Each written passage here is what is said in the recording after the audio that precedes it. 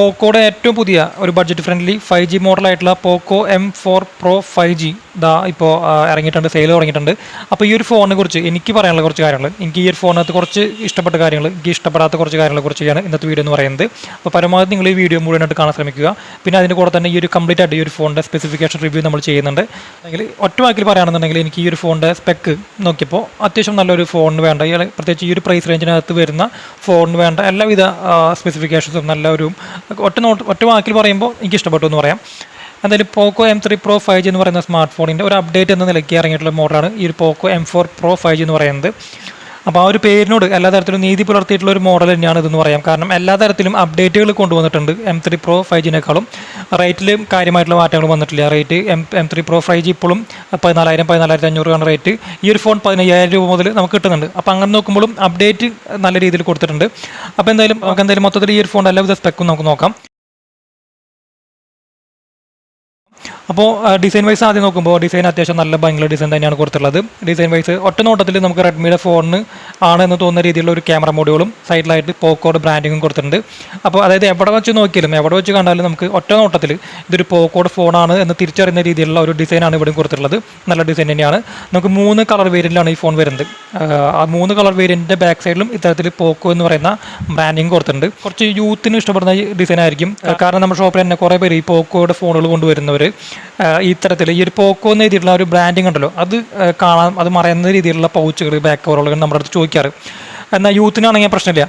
അപ്പോൾ എനിക്ക് തോന്നുന്നു ഈ ഒരു ഡിസൈൻ എന്ന് പറയുന്നത് കുറച്ചും കൂടി യൂത്തിന് വേണ്ടിയിട്ട് ഇറക്കുന്ന ഡിസൈനാണെന്ന് എനിക്ക് തോന്നിയിട്ടുണ്ട്. അതെൻ്റെ പേഴ്സണൽ അഭിപ്രായമാണല്ലോ, അത് എത്രത്തോളം ശരിയാണെന്ന് എനിക്കറിയില്ല. അപ്പോൾ എന്തായാലും ഡിസൈൻ വൈസ് നല്ല ഭംഗിയുണ്ട്. 195 ഗ്രാം വെയിറ്റ് വരുന്നുണ്ട്. കുറച്ച് വലിയ ഫോണാണ് കേട്ടോ. Side mounted finger print scanner വരുന്നുണ്ട്. കുറച്ച് വലിയ മോഡൽ തന്നെയാണ് വരുന്നത്. കൈനകത്ത് പിടിക്കുമ്പോൾ തന്നെ നമുക്ക് പെട്ടെന്ന് തന്നെ ഒരു കൈകാര്യം ചെയ്യാൻ പറ്റാത്തൊരു മോഡൽ തന്നെയാണ്. കുറച്ച് വലുതാണ്, കുറച്ച് ബൾക്കിയാണ്. അത്യാവശ്യം വെയിറ്റും കൂടിയുള്ള മോഡൽ തന്നെയാണ് ഈ ഒരു പോക്കോ M4 Pro 5G എന്ന് പറയുന്നത്. അപ്പോൾ എന്തായാലും ഡിസൈൻ വൈസ് എനിക്ക് ഇഷ്ടപ്പെട്ടു. അത്യാവശ്യം നല്ല ഒരു ഗുഡ് ലുക്കിംഗ് ഡിസൈൻ തന്നെ കൊടുത്തിട്ടുണ്ട്. ഇനി നമുക്ക് ഈ ഫോണിൻ്റെ ഡിസ്പ്ലേനെ കുറിച്ച് പറയുകയാണെന്നുണ്ടെങ്കിൽ എനിക്ക് അവിടെയാണ് കുറച്ച് ഒരു നെഗറ്റീവ് പോലെ എനിക്ക് പറയാനുള്ള കുറച്ച് കാര്യങ്ങൾ എന്ന് പറയുന്നത്. ഡിസ്പ്ലേ എന്ന് പറയുന്നത് 6.6 ഇഞ്ചിൻ്റെ ഒരു ഫുൾ HD+ ഡിസ്പ്ലേ ആണ് വരുന്നത്. ഒരു LCD ഡിസ്പ്ലേ ആണ് വരുന്നത്. നമുക്ക് ഈ ഒരു പ്രൈസ് റേഞ്ചൊക്കെ വെച്ച് കൺസിഡർ ചെയ്യുമ്പോൾ നമുക്കൊരു AMOLED ഡിസ്പ്ലേ ഒന്നും നമുക്ക് പ്രതീക്ഷിക്കാൻ പറ്റില്ല. എന്നിരുന്നാലും ഈ ഒരു ഡിസ്പ്ലേ എന്ന് പറയുന്നത് അത്യാവശ്യം നല്ലൊരു ക്വാളിറ്റി ഉള്ള ഡിസ്പ്ലേ തന്നെയാണ്. ഇതിനകത്ത് നമുക്ക് 90 ഹെർട്സിൻ്റെ സ്ക്രീൻ റിഫ്രഷ് റേറ്റ് വരുന്നുണ്ട്. അതുപോലെ തന്നെ 240 ഹെർട്സിൻ്റെ ടച്ച് റെസ്പോൺസ് റേറ്റും വരുന്നുണ്ട്. ഇതിനകത്ത് ഒരു ഗോറില്ല ഗ്ലാസ് 3യുടെ പ്രൊട്ടക്ഷൻ വരുന്നുണ്ട്. പഞ്ച് ഹോളായിട്ടാണ് ഇതിൻ്റെ ഒരു ഡിസ്പ്ലേ വരുന്നതെന്ന് പറയാം. ഈ ഒരു ഫോണിനകത്ത് ഒരു 120 ഹെർട്സിൻ്റെ റിഫ്രഷ് റേറ്റ് കൊടുക്കാമായിരുന്നു. കാരണം ഈ ഒരു പ്രൈസ് റേഞ്ചിനകത്ത് ഇപ്പോൾ 120 ഹെർട്സിലുള്ള മോഡലുകളൊക്കെ വരുന്നുണ്ട്. അപ്പോൾ അങ്ങനെ നോക്കുമ്പോൾ വേണമെങ്കിൽ 120 ഹെർട്സിലുള്ള റിഫ്രഷ് റേറ്റ് കൊടുക്കാമായിരുന്നു എന്നൊരു അഭിപ്രായമുണ്ട്. എനിക്ക് തോന്നുന്നു ഇതിൻ്റെ ചിപ്സെറ്റ് 120 ഹെർട്സ് സപ്പോർട്ട് ചെയ്യാൻ തോന്നുന്നു. അതുകൊണ്ടായിരിക്കാം, അറിയില്ല. ഇതിനകത്ത് ഇഷ്ടപ്പെടാത്തൊരു കാര്യം എന്ന് പറയുന്നത് ഇതിൻ്റെ ഗോറില്ല ഗ്ലാസ് 3യുടെ പ്രൊട്ടക്ഷനാണ് കൊടുത്തിട്ടുള്ളത്. അത് നിങ്ങൾ എന്തായാലും ഈ ഒരു ഫോൺ വാങ്ങിച്ചിട്ടുണ്ടെങ്കിൽ അല്ലെങ്കിൽ വാങ്ങിക്കാൻ പോകുന്നവരാണെന്നുണ്ടെങ്കിൽ നിങ്ങൾ ആദ്യം ചെയ്യേണ്ട കാര്യം ഇതിനകത്ത് നല്ലൊരു ക്വാളിറ്റിയുള്ള ഒരു സ്ക്രീൻ ഗ്ലാസ് ഒട്ടിക്കുക എന്നുള്ളതാണ്.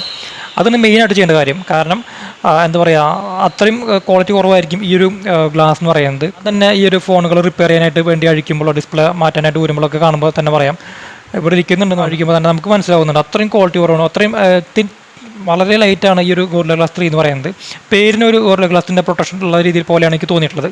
അപ്പോൾ അതുകൊണ്ട് തന്നെ നിങ്ങൾ ചെയ്യേണ്ട കാര്യം എന്ന് കഴിഞ്ഞാൽ ഈ ഫോൺ വാങ്ങിച്ചു കഴിഞ്ഞാൽ എന്തായാലും നിർബന്ധമായിട്ടും ഒരു സ്ക്രീൻ ഗ്ലാസ് നല്ല കട്ടിയുള്ള ഗ്ലാസ് ഉണ്ടെങ്കിൽ അത് തന്നെ വാങ്ങിച്ച് ഒട്ടിച്ചോളൂ കേട്ടോ. കാരണം ഇത് താഴത്തുകൊണ്ട് പൊട്ടി കഴിഞ്ഞാൽ ഒന്നാമത് സർവീസ് സെൻ്റർ ഇല്ല. പിന്നെ ഇപ്പോൾ കംപ്ലയിൻ്റ് ആയി കഴിഞ്ഞാൽ തന്നെ നമുക്ക് നല്ല ഡിസ്പ്ലേകൾ ഇപ്പോൾ മാർക്കറ്റിനകത്ത് വരുന്നില്ല. അതും ഒരു കാര്യമാണ്. അപ്പോൾ അതിൻ്റെ കാര്യം ഈ ഒരു ഫോണിൻ്റെ ഡിസ്പ്ലേ, അതായത് ഇതിൻ്റെ പ്രൊട്ടക്ഷൻ ഗ്ലാസ് എന്ന് പറയുന്നത് വളരെ നൈസ് ആണെന്ന് നിങ്ങൾക്ക് മനസ്സിലാക്കുക. അതിനുശേഷം ഇതിനകത്ത് ഒരു നല്ല രീതിയിൽ കെയർഫുള്ളായിട്ട് ഉപയോഗിക്കുക എന്നുള്ളതാണ് എനിക്ക് പറയാനുള്ള കാര്യം. ഇതൊരു നെഗറ്റീവായിട്ട് പറയുന്നതൊന്നുമല്ല, എൻ്റെ ഒരു അനുഭവം വെച്ച് പറയുന്നതാണ്. അപ്പോൾ അത് ഡിസ്പ്ലേനെ കുറിച്ച് പറയാനുള്ളത് ഒറ്റ വാക്കിൽ പറഞ്ഞാൽ അത്യാവശ്യം നല്ല ഒരു ഡിസ്പ്ലേ തന്നെ കൊടുക്കുന്നുണ്ട് എന്ന് പറയാം. ഇനി ഒരു ഫോണിൻ്റെ പ്രൊസസ്സറിനെ കുറിച്ച് പറയുകയാണെങ്കിൽ 5G ചിപ്സെറ്റാണ്. ഡയമൻസിറ്റി 810 എന്ന് പറയുന്ന ഒരു പുതിയ ചിപ്സെറ്റ് തന്നെയാണ് വരുന്നത്. അത്യാവശ്യം നല്ല പെർഫോമൻസ് ഒക്കെ ഉണ്ട്. ഒരുവിധം എല്ലാ ഫോണിനകത്തും കൊണ്ടുവന്നിട്ട് ഹിറ്റായിട്ടുള്ള ഒരു ചിപ്സെറ്റ് തന്നെയാണ് 810 എന്ന് പറയുന്നത്. കൊള്ളാം. 6nm ചിപ്സെറ്റാണ്. നമുക്ക് 7 5G ബാൻഡുകൾ കിട്ടും. അപ്പോൾ ഭാവിയിൽ നമ്മുടെ നാട്ടിനകത്ത് എന്തെങ്കിലും 5G വന്നു കഴിഞ്ഞാൽ നമുക്ക് 5G കിട്ടുന്ന ഒരു ചിപ്സെറ്റ് തന്നെയാണ് ഈ ഒരു ഡയമൻസിറ്റി 810 എന്ന് പറയുന്നത്. പിന്നെ ഹൈബ്രിഡ് സിം സ്ലോട്ടാണ് വരുന്നത്. നമുക്ക് 2 സിം കാർഡുകളും മെമ്മറി കാർഡും ഒരേ സമയം യൂസ് ചെയ്യാനായിട്ട് പറ്റില്ല. ഒന്നിൽ 2 സിം കാർഡ് അല്ലെങ്കിൽ ഒരു സിം കാർഡും ഒരു മെമ്മറി കാർഡും. ഒരു 4GB RAM 64GB ഉള്ള ആ ഒരു വേരിയൻ്റാണ് എടുക്കാൻ ഉദ്ദേശിക്കുന്നത് എന്നുണ്ടെങ്കിൽ നിങ്ങൾക്ക് തീർച്ചയായിട്ടും ഇതൊരു പ്രോബ്ലം ആയിട്ട് തോന്നും. കാരണം 64GB എന്ന് പറഞ്ഞാൽ ഒരു ഫോൺ വാങ്ങിച്ച് 1-2 മാസം കൊണ്ട് തന്നെ ഫുള്ളാവും. അപ്പോൾ അങ്ങനെ നോക്കുമ്പോൾ നിങ്ങൾ 6 GB റാം 128 അല്ലെങ്കിൽ 8 GB റാമുള്ള വേരിയൻ്റ് ഒക്കെ എടുക്കുകയാണെന്നുണ്ടെങ്കിൽ ആ ഒരു പ്രശ്നം അവിടെ വരുന്നില്ല. 128 GB എന്ന് പറയുന്നത് ഒരു അത്യാവശ്യം ഇനഫാണ് ഒരു ഫോണിനെ സംബന്ധിച്ചിടത്തോളം. 64 GB വാങ്ങിക്കുന്നവർക്കാണ് ഈ ഒരു പ്രശ്നം പ്രധാനമായിട്ടും ഒന്ന് നേരിടാനായിട്ട് പോകുന്നത്. പിന്നെ LPDDR4 ടൈപ്പ് റാമാണ് വരുന്നത്, UFS 2.2 വരുന്നുണ്ട്. അപ്പോൾ അതൊക്കെ നല്ല തന്നെയാണ്. അത്യാവശ്യം നല്ല രീതിയിൽ സ്മൂത്തായിട്ട് ഈ ഒരു ഫോൺ നമുക്ക് ഗെയിം കളിക്കാനായാലും അല്ലെങ്കിൽ നോർമൽ യൂസിങ്ങിനൊക്കെ ആയാലും യൂസ് ചെയ്യാൻ പറ്റും എന്നുറപ്പാണ്. ഇതിനകത്ത് നെഗറ്റീവായിട്ട് പറയേണ്ട ഒരു കാര്യം എന്ന് പറയുന്നത് MIUI 12.5 ഈ ഒരു ഫോൺ വരുന്നത് എന്നുള്ളതാണ്. നമുക്കറിയാം റെഡ്മിയുടെ ഫോണുകൾക്ക് ഇപ്പോഴല്ല ഒരു 1-1.5 കൊല്ലമായിട്ട് തുടങ്ങിയിട്ടുള്ള ബഗ്ഗുകളാണ്. ഹാങ് ആവുന്നുണ്ട്, സെൻസർ കംപ്ലയിൻറ്റ്, ക്യാമറ കംപ്ലയിൻറ്റ്. അത് ഫോണിൻ്റെ ഹാർഡ്വെയർ ഇഷ്യൂ എന്നല്ല കേട്ടോ. അത് മുൻപത്തെ ഫോൺ എന്ന് പറഞ്ഞാലോ അല്ലെങ്കിൽ 2 വർഷം മുൻപത്തെ ഫോൺ എന്ന് പറഞ്ഞാൽ ബാറ്ററി വീർക്കായിരുന്നു കംപ്ലയിൻറ്റ്. കുറച്ച് നാൾ കഴിഞ്ഞാൽ അതിൻ്റെ ബാറ്ററി വീർക്കും. ഇപ്പോൾ അങ്ങനത്തെ കംപ്ലയിൻ്റ് ഒക്കെ പോയി. ഇപ്പോൾ ഫോൺ ഫുള്ള് ബഗ്ഗുകളാണ് ഫോണിനകത്ത് വരുന്നത്. അത് MIUI ഉപയോഗിക്കുന്നവർക്ക് അറിയാം നന്നായിട്ട്. അപ്പോൾ അങ്ങനെ നോക്കുമ്പോൾ അതിൻ്റെ പ്രശ്നങ്ങളും കാര്യങ്ങളും വരുന്നുണ്ട്. പിന്നെ ഈ ഒരു ഫോൺ വരുന്നത് ആൻഡ്രോയിഡ് വേർഷൻ 11 ഭാവിയിൽ തന്നെ പെട്ടെന്ന് തന്നെ ആൻഡ്രോയിഡ് വേർഷൻ 12 അപ്ഡേറ്റും കാര്യങ്ങളും കിട്ടും എന്ന് നമുക്ക് പ്രതീക്ഷിക്കാം. എനിക്ക് തോന്നുന്നു ഏപ്രിൽ മെയ്യോട് കൂടി തന്നെ ആൻഡ്രോയിഡ് വേർഷൻ 12 അപ്ഡേറ്റ് കിട്ടും. അതുപോലെ MIUI 13 അപ്ഡേറ്റും കിട്ടും. അതൊക്കെ സപ്പോർട്ട് ചെയ്യുന്ന ഒരു മോഡൽ തന്നെയാണ് ഇതെന്ന് പറയുന്നത്. അപ്പോൾ സോഫ്റ്റ്വെയറിൻ്റെ ഭാഗത്താണ് എനിക്ക് പിന്നെയും കുറച്ചൊരു ഡിസപ്പോയിൻമെൻ്റ് ഉള്ളത്. അത് ഈ ഒരു ഫോണിൻ്റെ കുഴപ്പമില്ല കേട്ടോ. അത് മൊത്തത്തിലുള്ള ഈ റെഡ്മിയുടെ ഷവോമിയുടെ അണ്ടറിൽ വരുന്ന ഫോണുകൾക്കുള്ള പ്രശ്നം തന്നെയാണ്. അത് അവർ ഓരോ അപ്ഡേറ്റുകൾ കൊടുത്ത് ശരിയാക്കിക്കൊണ്ടിരിക്കുകയാണ്. ഇനിയും ശരിയാവുമെന്ന് പ്രതീക്ഷിക്കാം. എന്തായാലും പെട്ടെന്ന് തന്നെ അതൊക്കെ ക്ലിയർ ആവുമെന്ന് നമുക്ക് പ്രതീക്ഷിക്കാം. പിന്നെ റാം എക്സ്പാൻഷൻ ഓപ്ഷൻ വരുന്നുണ്ട്. അപ്പോൾ നമുക്ക് റാം കുറവാണ്, നമ്മൾ ഉപയോഗിച്ചുകൊണ്ടിരിക്കുന്ന റാം പോരാൻ തോന്നാക്കി കഴിഞ്ഞാൽ നമുക്ക് ഇന്റൽ മെമ്മറിയിൽ നിന്ന് സ്റ്റോറേജ് എടുത്തിട്ട് നമുക്ക് റാം എക്സ്പാൻഷൻ ചെയ്യാനുള്ള ഓപ്ഷനും കാര്യങ്ങളൊക്കെ ഇതിനകത്തും വരുന്നുണ്ട്. അപ്പോൾ പെർഫോമൻസ് ആയിട്ട് നോക്കുമ്പോഴും അത്യാവശ്യം നല്ല ഒരു പ്രോസസ്സറും നല്ലൊരു എല്ലാവിധ കാര്യങ്ങളും കൊടുക്കുന്നുണ്ട് എന്ന് പറയാം. ഇനി അടുത്ത ഈ ക്യാമറയുടെ ഭാഗം നോക്കുകയാണെന്നുണ്ടെങ്കിൽ നിങ്ങൾ ഈ ഒരു ഫോൺ ക്യാമറയ്ക്ക് വേണ്ടിയിട്ടാണെന്നുണ്ടെങ്കിൽ എടുക്കാണ്ടിരിക്കാൻ ശ്രമിക്കുക. കാരണം ഇതിപ്പോൾ 50 MP ക്യാമറ പറയുന്നത് മെയിൻ ബാക്ക് സൈഡ് എന്ന് പറയുന്നത് നിങ്ങൾക്ക് അതിൻ്റെതായ ക്ലാരിറ്റി ഒന്നും കിട്ടില്ല. പ്രത്യേകിച്ച് പോക്കോ എന്ന് പറയുന്ന ബ്രാൻഡ് എന്ന് പറയുന്നത് പെർഫോമൻസിൻ്റെ ഭാഗത്തേക്കാണ് കുറച്ചും കൂടി ഇമ്പോർട്ടൻസ് കൊടുക്കുന്നത്. ക്യാമറ എന്ന് പറഞ്ഞാൽ വിവോ, ഓപ്പോ, ഇപ്പോൾ റിയൽമിയുടെ ചില മോഡലുകൾ, OnePlus അങ്ങനത്തെയൊക്കെയാണ് കുറച്ചുകൂടി ക്യാമറയ്ക്ക് വേണ്ടിയിട്ട് ഇറക്കുന്ന ഫോൺസ് എന്ന് പറയുന്നത്. അതിന് വേണ്ടിയിട്ട് തന്നെ വേറെ ഫോണിൽ അവർ ഇറക്കുന്നുണ്ട്.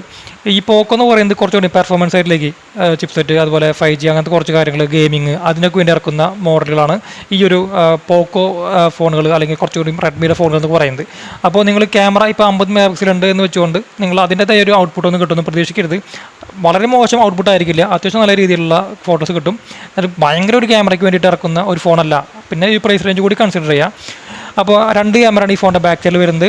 നമ്മൾ ഫോണിൻ്റെ ഡിസൈൻ കണ്ടപ്പോൾ തോന്നിയത് നമുക്ക് 4 ക്യാമറ ഉണ്ടെന്ന രീതിയിലുള്ള ഡിസൈനൊക്കെ തോന്നുന്നുണ്ട്. പക്ഷേ 2 ക്യാമറ ഉള്ളൂ. 50 MP ഒരു മെയിൻ സെൻസറും 8 MP വൈഡ് ആംഗിൾ സെൻസറും വരുന്നുണ്ട്. പിന്നെ വെറുതെ ചവറ് കുറേ ക്യാമറ കൊടുത്തിട്ടില്ല. നല്ല കാര്യമായിട്ട് എനിക്ക് തോന്നി. 8 MP ഒരു വൈഡ് ആംഗിൾ ക്യാമറ ഉണ്ട്. നമുക്ക് 120 ഡിഗ്രി വരെ വൈഡായിട്ടുള്ള ഫോട്ടോസ് നമുക്ക് ഇതിനകത്ത് എടുക്കാൻ പറ്റും. അതും നല്ലൊരു കാര്യമായിട്ട് തോന്നി. 50 MP വരെ ഹൈ റെസൊല്യൂഷൻ ഫോട്ടോസ് എടുക്കുന്ന ഒരു ക്യാമറ കൊടുക്കുന്നുണ്ട്. പിന്നെ 16 MP ഈ ഫോണിൽ സെൽഫി ക്യാമറ വരുന്നത്. അത് പഞ്ച് ഹോളായിട്ട് ക്യാമറയാണ് വരുന്നത്.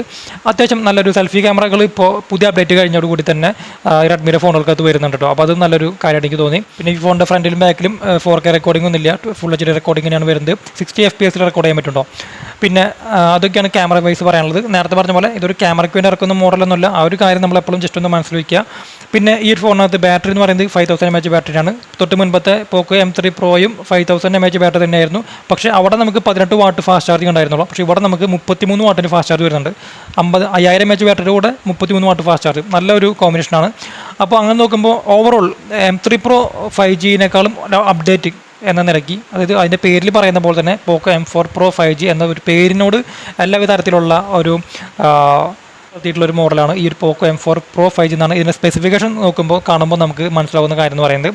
പിന്നെ നെഗറ്റീവായിട്ട് കുറച്ച് കാര്യങ്ങൾ ഈ പറഞ്ഞ പോലെ ഗോറില്ല സ്ക്രീൻ പ്രൊട്ടക്ഷൻ, പിന്നെ എൻ്റെ ഡിസ്പ്ലേയുടെ കുറച്ച് കാര്യങ്ങൾ, പിന്നെ ഈ ഒരു MIUIയുടെ കുറച്ച് പ്രശ്നങ്ങൾ, അങ്ങനെ കുറച്ച് കാര്യങ്ങൾ എനിക്ക് നെഗറ്റീവായിട്ട് പറയാനുള്ളൂ.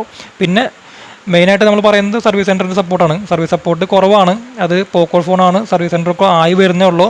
അതിപ്പോൾ റിയൽമി ആയാലും ഏത് ബ്രാൻഡായാലും ഇറങ്ങിയ സമയത്ത് സർവീസ് സെൻറ്ററോ കാര്യങ്ങളൊന്നും ഉണ്ടായിരുന്നില്ല. പിന്നീട് അത് വന്നിട്ടുള്ളതാണ്. അപ്പോൾ അതുപോലെ നമുക്ക് ഇനിയും വരുന്ന പ്രതീക്ഷിക്കാം. സർവീസ് സപ്പോർട്ട് വളരെ കുറവ് തന്നെയാണ്. നമുക്ക് കംപ്ലൈൻറ്റൊക്കെ ആയി കഴിഞ്ഞാലും സർവീസ് സപ്പോർട്ടായാലും പിന്നെ അതുപോലെ സർവീസിൻ്റെ ബാക്കി കാര്യങ്ങളൊക്കെ വളരെ ഒരു നെഗറ്റീവ് തന്നെയാണ് ഈ ഫോൺ വെച്ച് നോക്കുമ്പോൾ എന്ന് പറയുന്നത്. എന്ന് വെച്ചിട്ട് ഈ ഒരു ഫോൺ എപ്പോഴും കേടാവുന്നല്ല ഞാൻ പറയുന്നത് കേട്ടോ. ഇലക്ട്രോണിക്സ് ഐറ്റംസ് ആണ്. ഒരു 100 ഫോൺ ഇറക്കി കഴിഞ്ഞാൽ ഒരു ഫോൺ കംപ്ലൈൻറ്റ് വരും.